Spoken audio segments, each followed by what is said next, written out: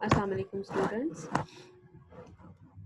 Hope all you will be fine and doing great.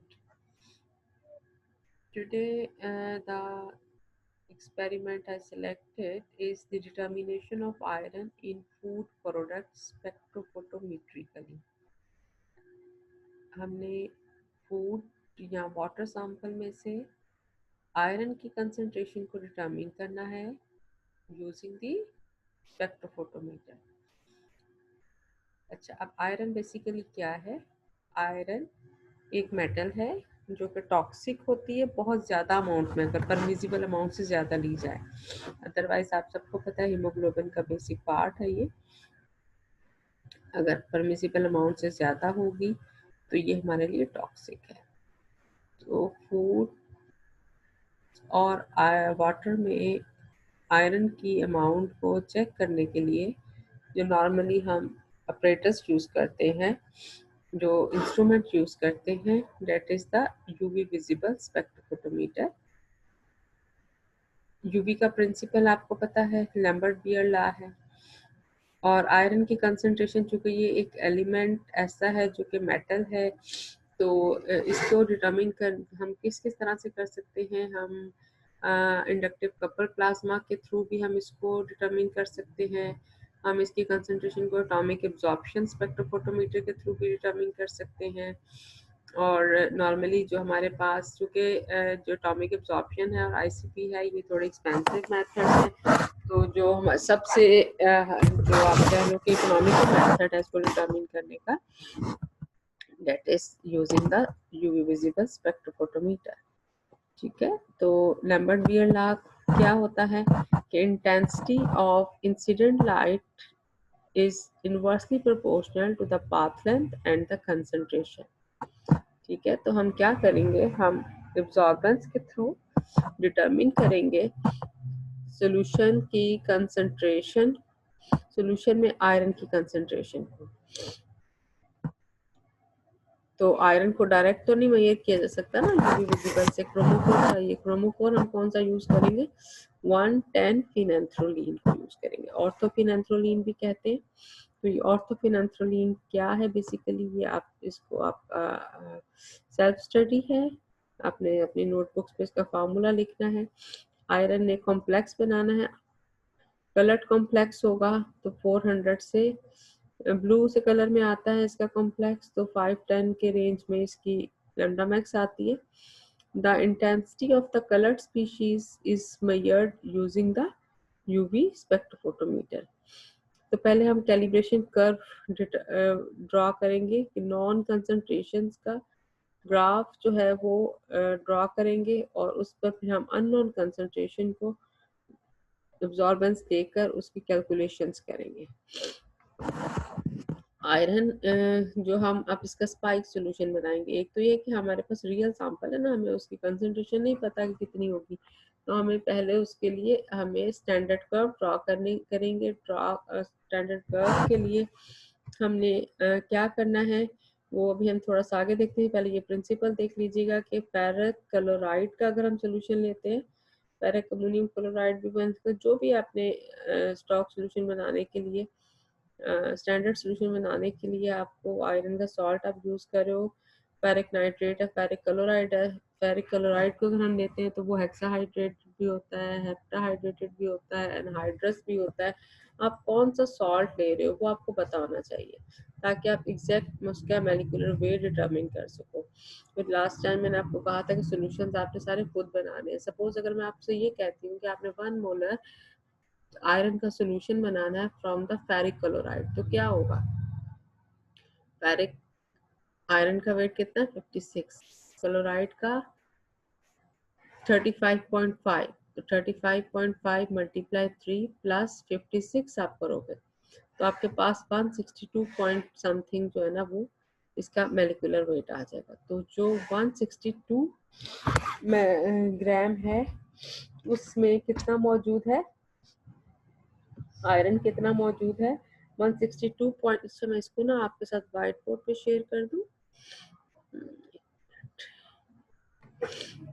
इसको कैसे करेंगे हम कि हमारे पास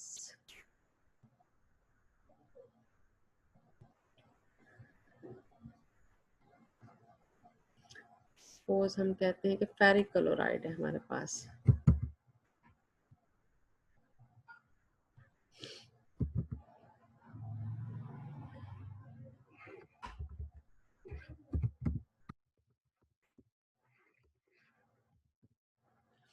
अब मैं इसकी जो है ना किसके इक्वल होगा ये 56 प्लस 35.5 मल्टीप्लाई 3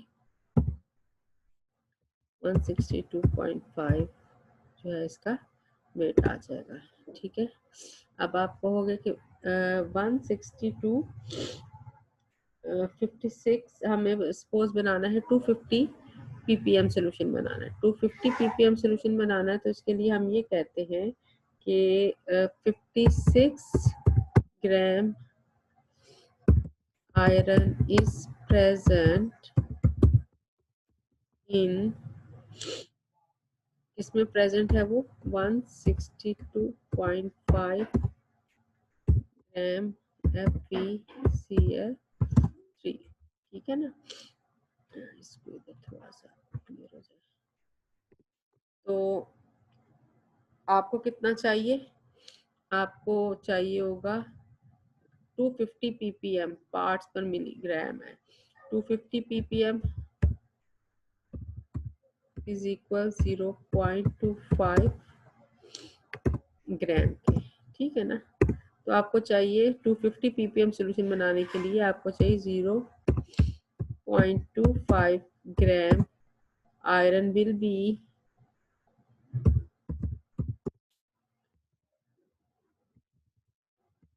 रिक्वायर्ड।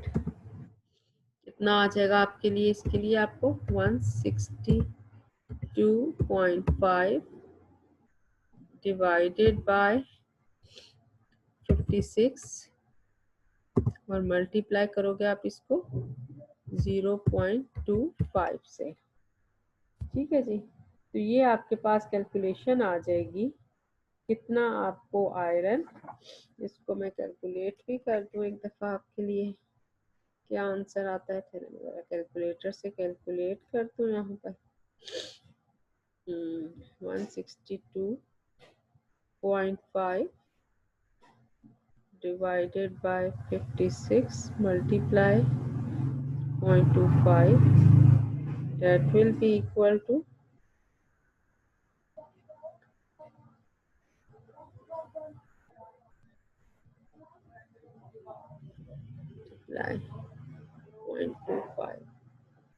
0.72 ग्राम FeCl3 जो है वो आप लेके और उसको पर लीटर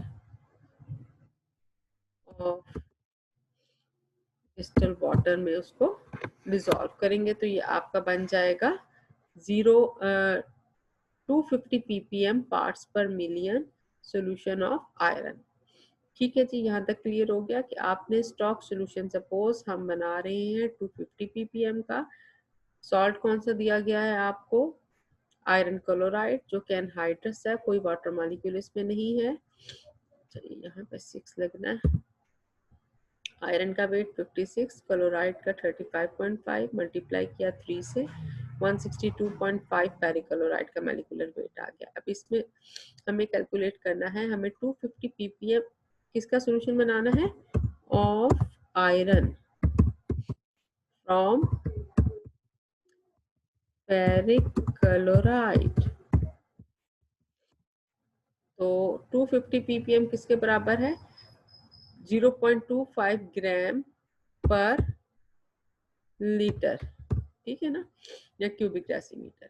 तो 56 ग्राम मौजूद है 162 में, तो 0.25 ग्राम कितने में होगा, 162 डिवाइडेड बाय 56 मल्टीप्लाई 0.25। ये यूनिट रूल से कहते हैं ना कि हम जो है वो एक में 162/56 0.25 ग्राम है, 0.72 ग्राम फेरिक क्लोराइड लेंगे, उसको पर लीटर करेंगे तो that is the 0.25 gram of iron. ठीक है जी। अच्छा, फिर ये आपके पास सोल्यूशन बन जाएगा, 250 ppm आयरन का सोल्यूशन बन गया। अच्छा, अब आपने उसको 110 फिनेंथ्रोलीन के साथ रिएक्ट कराना है। 110 फिनेंथ्रोलीन के साथ पैरासाइन रिएक्ट करेगा, उसके लिए हम इसमें हाइड्रोक्सिल अमीन डालेंगे। ठीक है, हाइड्रोक्सिल अमीन के साथ रिएक्शन होगा, ये फेरिक जो है वो फेरस में कन्वर्ट हो जाएगा, रिडक्शन हो जाएगी, ये फेरस बन जाएगा, नाइट्रस ऑक्साइड एंड वाटर। उसके बाद ये जो फेरस है इसमें हम 110 फिनेंथ्रोलीन डालेंगे और फिर ये हमारे पास एक कलर्ड सॉल्यूशन आ जाएगा। कलर्ड सॉल्यूशन जौन सा है वो उसकी हम इंटेंसिटी को मेजर करेंगे और फिर हम ऑन दैट बेसिस कैलकुलेट करेंगे आयरन की amount in the given sample.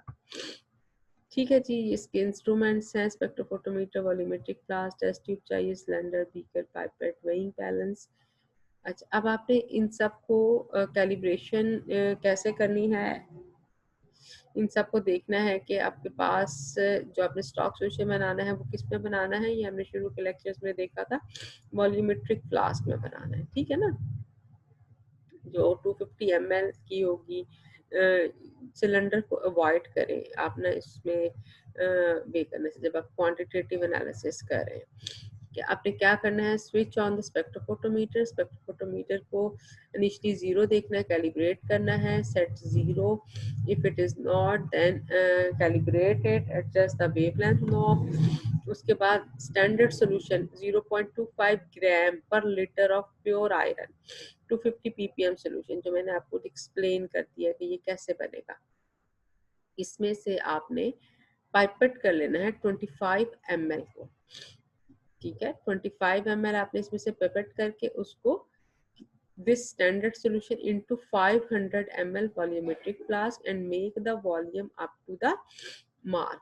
ठीक है, 250 ppm का जो सोल्यूशन आपने बनाया है इसमें से आपने कितना लेना है, 25 ml। 25 ml लेकर आपने उसको 500 ml तक डाइल्यूट करना है। अब इसको अगर हम देखें कैसे डाइल्यूट किया आपने,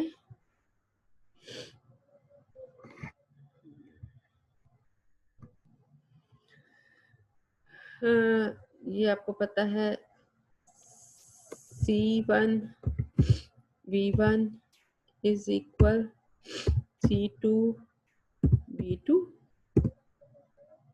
क्या इनिशियल कंसंट्रेशन है वो 250 ppm है।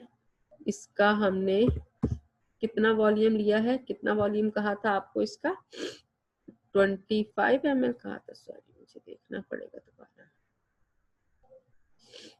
इसका आपने 25 ml लिया है, ठीक है जी। तो आपने इसका 25 ml लिया है, 25 ml लिया है, that will be equal to, अब इसकी C2 क्या कंसंट्रेशन बनेगी, कितना वॉल्यूम तक आपने इसको डाइल्यूट किया है, 500। ठीक है ना, तो अब इसको अगर आप कैलकुलेट करते हैं तो क्या बनेगा, C2 is equal 250 multiply 25 divided by 500, 12.5 जो है ना, कैलकुलेट करके आपके पास रिजल्ट आता है। ठीक है जी, एक दफा दोबारा मैं चेक भी कर लूँ, मेरा ख्याल है कि यही होगा, 250 मल्टीप्लाई 25 डिवाइडेड बाय 5, हाँ जी 12.5 इसकी आप कंसंट्रेशन है, ये ppm हो गया, ये ppm में थी ना कंसंट्रेशन, तो ये अब आपके पास कितनी इसकी होगी, 12.5 ppm का ये सोल्यूशन बन गया आपके पास। ठीक है जी,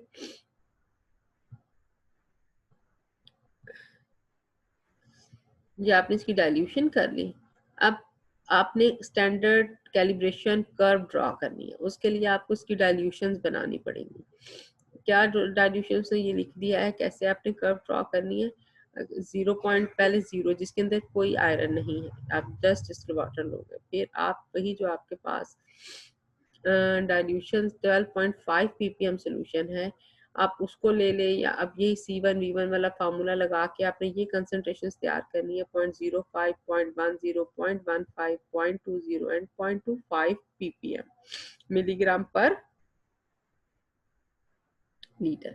तो इतना ml आप उसका लेते जाएंगे स्टैंडर्ड सॉल्यूशन में से, जो कि आपने ये डाइल्यूट 12.5 ppm का बना लिया है, ठीक है ना। 12.5 ppm का जो बनाया और इसको make up to the 1000 ml करेंगे, तो ये आपके पास ये कंसंट्रेशन कौन सी है वो प्रिपेयर हो जाएंगी इस तरह से। या अगर आप ये टेबल नहीं भी ड्रॉ करते, आप C1V1 वाला फार्मूला लगाएं और अकॉर्डिंगली आप देख लें कि आपके पास अगर आप 12.5 ppm है, इसका आपका वॉल्यूम कितना चाहिए, 1000 ml तक चाहिए, डिवाइडेड बाय करेंगे कितने आपको कंसंट्रेशन चाहिए, 0.25, 0.20, 0.15, 0.1, 0.05 ppm, ठीक है ना, मिलीग्राम पर लीटर। तो ये आपके पास कंसंट्रेशन चौंसी है। यहाँ फिर एंड पे इसको डाइल्यूट कर लिए लीटर में, ये कंसंट्रेशन ड्रॉ हो जाएंगे। आप ये कंसंट्रेशंस ड्रॉ करके अकॉर्डिंगली आप उनकी एब्जॉर्बेंस चेक कर लेंगे,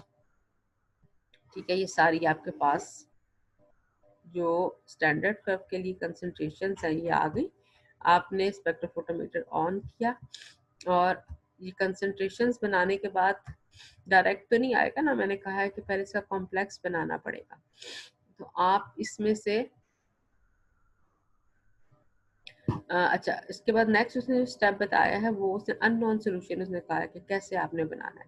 तो उसके लिए कहा कि आपको जो भी सैंपल दिया गया है उसका आपने 10 ml ले लेना है और उसको 250 ml वॉल्यूमेट्रिक फ्लास्क में डालना है और उसको डाइल्यूट करना है to the mark with distil water, यानी कि 10 ml लिया है और 250 ml तक आपने उसको डाइल्यूट किया है।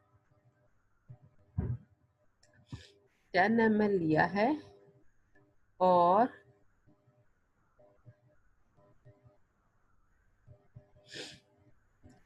10 ml लेकर आपने उसको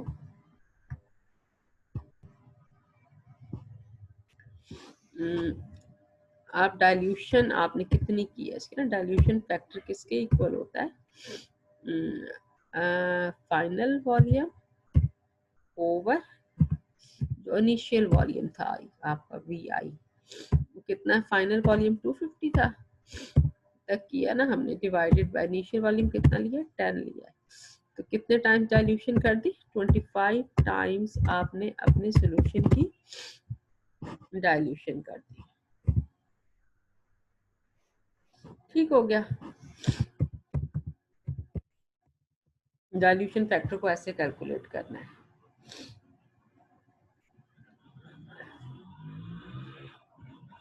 अच्छा, अब 10 ml लेके 250 ml तक आपने इसको करना है और उसके बाद आपने pipette out 225 ml of this solution, ये जो अब आपने जिसकी 25 टाइम्स डाइल्यूशन की है उसमें से 25 ml लेकर उसको 50 ml वॉल्यूमेट्रिक फ्लास्क में डालना है, ठीक है। इसका क्या मतलब है कि अब आपने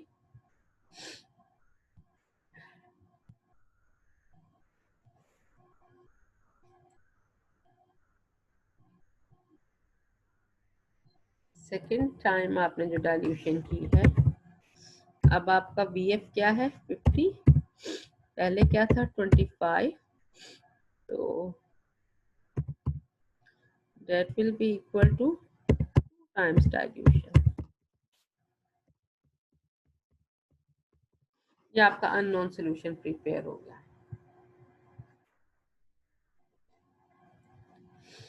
ठीक हो गया। ये सारे सॉल्यूशंस हमारे प्रिपेयर हो गए। अब आपने क्या करना है, इसके अंदर आपने 10% हाइड्रोक्सल अमीन हाइड्रोक्लोराइड सोल्यूशन में, जो हाइड्रोक्सल अमीन हमने पीछे देखा है ना, ये हाइड्रोक्सल अमीन हाइड्रोक्लोराइड का सोल्यूशन डालते हैं, ठीक है। ये आपको बना बनाया भी मिल जाएगा, लेकिन आपको पता होना चाहिए कि 10% हाइड्रोक्सल अमीन कैसे बनता है। 10 ग्राम लेंगे पर 100 ml लेकर लेंगे एंड 4 ml हमने लेना है 4 ml हाइड्रोक्सिलामीन का सोल्यूशन और 4 ml 0.3% फिनांथ्रोलीन का सोल्यूशन, ऑर्थोफिनांथ्रोलीन, मंटनफिनांथ्रोलीन, और to each volumetric flask 50 ml तक उसको, अप टू द 50 ml आपने उसका सोल्यूशन मेकअप कर देना है। Little shake and allow the mixture to stand for 10 to 15 minutes. Colour complex ताकि वो अच्छा से डेवलप हो जाए, परसिस्ट कर जाए। फिर dilute each flask to the mark with water. अच्छा, यहाँ पे उसने जो 50 ml है वो बाद में किया है, पहले इसका कॉम्प्लेक्स जो है वो अच्छा सा बन गया। फिर dilute each flask to the mark with water distilled and mix well by shaking और inverting the caps of volumetric flask. Shaking के थ्रू उसने कहा है कि आप उसको अच्छी सी मिक्सिंग कर दे ताकि कलर्स जो है कॉम्प्लेक्स का इक्वल हो जाए। Take the absorbance using spectrophotometer and fill the following table. ये टेबल उसने कहा है कि आप देखिए उस पर ट्रांसमिटेंस भी आती है, एब्जॉर्बेंस भी आ रही होती है, या अगर आपने कैलकुलेट करना है तो जो ट्रांसमिटेंस आएगी उसका नेगेटिव लॉग ऑफ ट्रांसमिटेंस जो है वो एब्जॉर्बेंस होता है। ये आपके पास सारी, आपके पास जितनी भी फ्लास्क रेडी हुई हैं, कोशिश करें कि हर कंसंट्रेशन की, अगर आप ट्रिप्लिकेट में नहीं बना सकते तो डुप्लीकेट में आप जो है वो टेस्ट ट्यूब से फ्लास्क अपने रेडी करेंगे। ट्रांसमिटेंस लेंगे, उसका लॉग लेके एब्जॉर्बेंस या डायरेक्ट एब्जॉर्बेंस भी आ जाती है आजकल स्पेक्ट्रोफोटोमीटर में, तो आपने अपनी टेबल को फिल कर लेना है। नेक्स्ट क्या करना है, कैलकुलेशंस करनी है। कैसे कैलकुलेट करेंगे, हमारे पास जो सैंपल आएगा, जो एब्जॉर्बेंस आएगी वो 50 ml में आ रही है ना, हमने 50 ml उसका सोल्यूशन अब बनाया है। तो calculate the amount of iron in the unknown sample using the straight line equation. ये जब आप,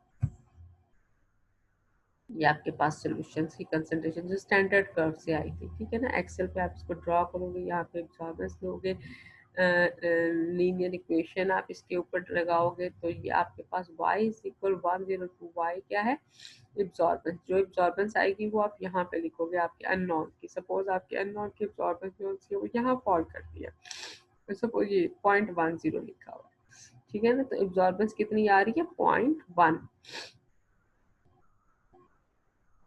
0.5 है, यहाँ पे 0.1 के करीब, 1 के करीब यहाँ आएगी आपकी। ठीक है, तो आपने क्या करना है, कहीं पे भी आपकी जो भी एब्जॉर्बेंस आ रही है उसको आपने यहाँ पे x की वैल्यू पे, यहाँ y पे लिखेंगे, और फिर आप इस सारे को, x जो है कंसंट्रेशन है जो हमें डिटरमिन करनी है ना उसकी, तो x को जब हम कैलकुलेट करेंगे तो यहाँ पे 0.1 रखेंगे, x को कैलकुलेट करने ये इधर चला जाएगा, माइनस हो जाएगा 1.1 से, और डिवाइड कर देंगे 102 से, जो कि ये लीनियर इक्वेशन आती है हमारे पास। ये जब एक्सेल पे आप आएंगे जनवरी में हम प्रैक्टिस कर लेंगे इसकी, आपके पास इसकी कंसंट्रेशन निकल आएगी। सपोज वो कंसंट्रेशन आ रही है कैलकुलेशन के बाद 0.10, तो अब 0.10 कितने में था, 50 ml में मौजूद है।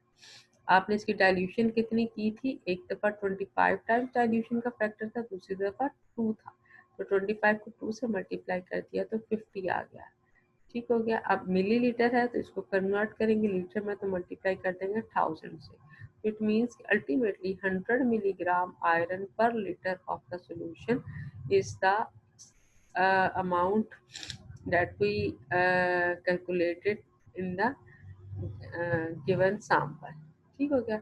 अच्छा, अब ये बात यहाँ पे रहेगी कि यहाँ पे आपने इसको किस वेवलेंथ पे सिलेक्ट करना है ना, तो पहले आपने आयरन कॉम्प्लेक्स का लैम्डा मैक्स लिटरेचर से भी मिल जाता है, या जो आपके पास आपने सोल्यूशन बनाया है, ये जो आपने सोल्यूशन बनाया है, आप किसी एक सोल्यूशन को लेके आप उसको 0 से लेकर 200 से लेकर 800, विजिबल में काम कर रहे हो तो 400 से लेकर 800 नैनोमीटर पर आप उसकी एब्जॉर्बेंस ले लेंगे, तो वो मैक्सिमम एब्जॉर्बेंस जिस पर भी वेवलेंथ पर आएगी वही उसका लैम्डा मैक्स होगा। ठीक है, इस एक्सपेरिमेंट में आपको लैम्डा मैक्स कैलकुलेट नहीं करना था। सपोज जो हमारा कॉम्प्लेक्स आ रहा है 510 नैनोमीटर पर उसके लैम्डा मैक्स है, तो आपने ये सारी कैलकुलेशंस किस पे करनी है, 510 नैनोमीटर पर। ठीक है जी, ये था हमारा रोल ऑफ लैम्डा मैक्स क्या है, कि लैम्डा मैक्स जो है वो मैक्सिमम इस वेवलेंथ पर जो है वो सपोज 510 है, कि मैक्सिमम जो मालिक्यूल्स है वो एक्साइट करते हैं और अच्छी हमारे पास इंटेंसिटी, ओडीज को, इंटेंसिटीज को हम ऑप्टिकल डेंसिटी भी कहते हैं, एब्जॉर्बेंस को, वो हमें फाइंड आउट। पियर्स लॉ क्या होता है वो आपको पता होना चाहिए। मोनोक्रोमेटिक लाइट, ठीक है ना, एक मोनोक्रोमेटिक लाइट से हम उसको जो है वो स्पेक्ट्रोफोटोमीटर में मोनोक्रोमेटिक लाइट हम सिंगल सिंगल जो है वेवलेंथ पर हम देखते हैं कि अब क्या एब्जॉर्बेंस आ रही है, अब क्या एब्जॉर्बेंस आ रही है। तो हमने जो भी एक वेवलेंथ सेलेक्ट कर ली, जो मैं बार बार कह रही हूँ 5-10 नैनोमीटर, तो वो इसकी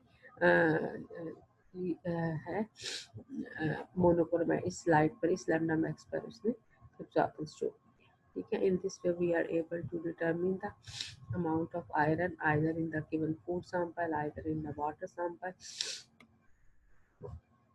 हमें सोल्यूशन बनाना है और सोल्यूशन बना के हमें उसको उसका कॉम्प्लेक्स बनाना है। और अगर ये सॉलिड फॉर्म में होगा तो हम पहले उसको सोल्यूशन बना के उसको फिल्टर करके उसके बाद हम उससे स्पेक्ट्रोफोटोमीटर यूज करेंगे। सिंपल वाटर में है तो फिर हम उसको एज सच भी सोल्यूशन लेकिन क्लियर होना चाहिए और थोड़ी सी प्रिकॉशंस कि आप इस कहाँ से पकड़ना है क्यूबेट को, जो इंस्ट्रूमेंट है उसको कैसे यूज करना है, वो जब आप इसकी हैंड्स ऑन प्रैक्टिस करेंगे तो तभी आपको पता चलेगा। ठीक है जी, ये आपका एक्सपेरिमेंट है, इसको आपने नोटबुक्स पे भी लिख लीजिएगा, लिखिएगा सही तरीके से, पास्ट टेंस में लिखना है, प्रिंसिपल लिखें, प्रिकॉशंस यहाँ पे लिखने की ज़रूरत नहीं है आपको नोटबुक में। हाँ, जो डिस्कशन है या जो इसमें फार्मूलाज यूज हो रहे हैं, ये आप जितने कैलकुलेशन है वो आप जितना बेहतर तरीके से कर सकेंगे इसको डिटेल से, वो उतना ही बेहतर है।